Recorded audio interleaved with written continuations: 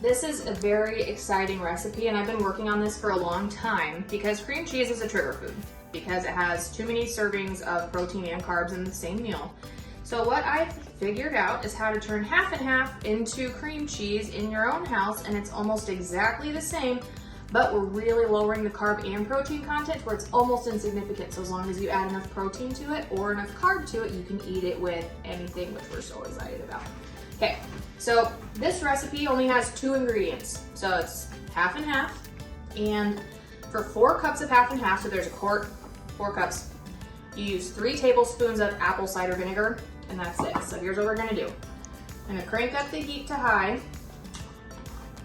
and we're gonna bring our half and half to a rolling boil. Okay, so you kind of have to keep stirring, just gently stir. We're almost boiling. If you don't want it to stick to the bottom, so we're just gonna kind of gently move it once it starts getting really hot, because it does have to get to a rolling boil before you put your vinegar in to get the curdling started. We'll turn the temp down just a little bit, but if it's not at a full boil, it's not gonna curdle properly. So we need to just make sure it's like not just barely simmering, it has to be a rolling boil. All right guys, this is a rolling boil. Now we're gonna add half of our vinegar. Calm it down, start the curdling process, and we're going to turn the heat down to medium. If it starts foaming, just lift the pan up for a second. Don't let it boil over. We're starting to curdle. We want to turn really slow. You don't want to be whisking this, and you do not want to disrupt the curdling process. A couple seconds later, about 30 seconds later, drop the rest of your vinegar and see how we're starting to curdle and separate. This is what we're after. Too much heat, hold the pan up for a second to take it off the heat. See, we're starting to get nice and curdly with some nasty liquid down the bottom. That's what we're after right there. Oh yeah. And we're just gonna cook it a little longer and let these curds kind of solidify. Stir super gentle. We don't want to break them up really, we just want to keep it from sticking to the bottom of the pan.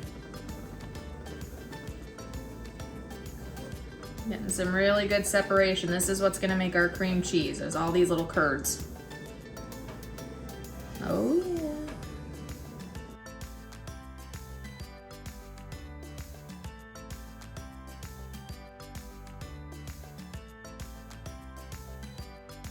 Okay, now we're going to take a strainer like this.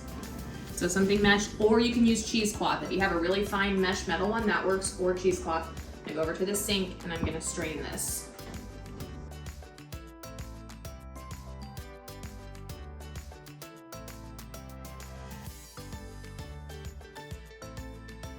Okay, so this has been sitting long enough to have cooled most of the way, but it's still warm and it doesn't have all the moisture is dripped out of it that's going to. So we want to do this while it's still a little bit warm. We have to blend it because it's going to be gritty if we don't. So blending it is what makes it gives it that like rich, creamy texture.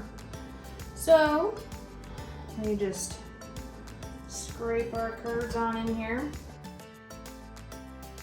And we're going to blend it for quite a while. We're going to blend it until it's totally smooth and creamy. And you can check it as you go if you're not sure how long you need. Usually it's like 2 or 3 minutes.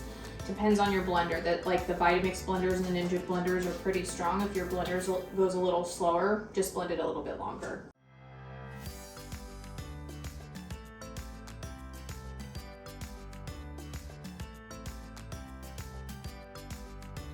Okay, so once we get nice and creamy,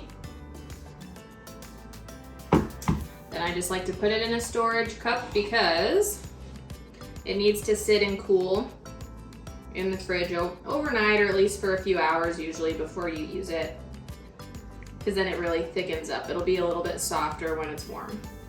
4 cups of half and half end up making 1 to a cup and a half or so of this cream cheese. So it is not an equal measurement. You do lose a lot when you do when you curdle it and you have to strain off all the excess. So just plan for that if you're making it.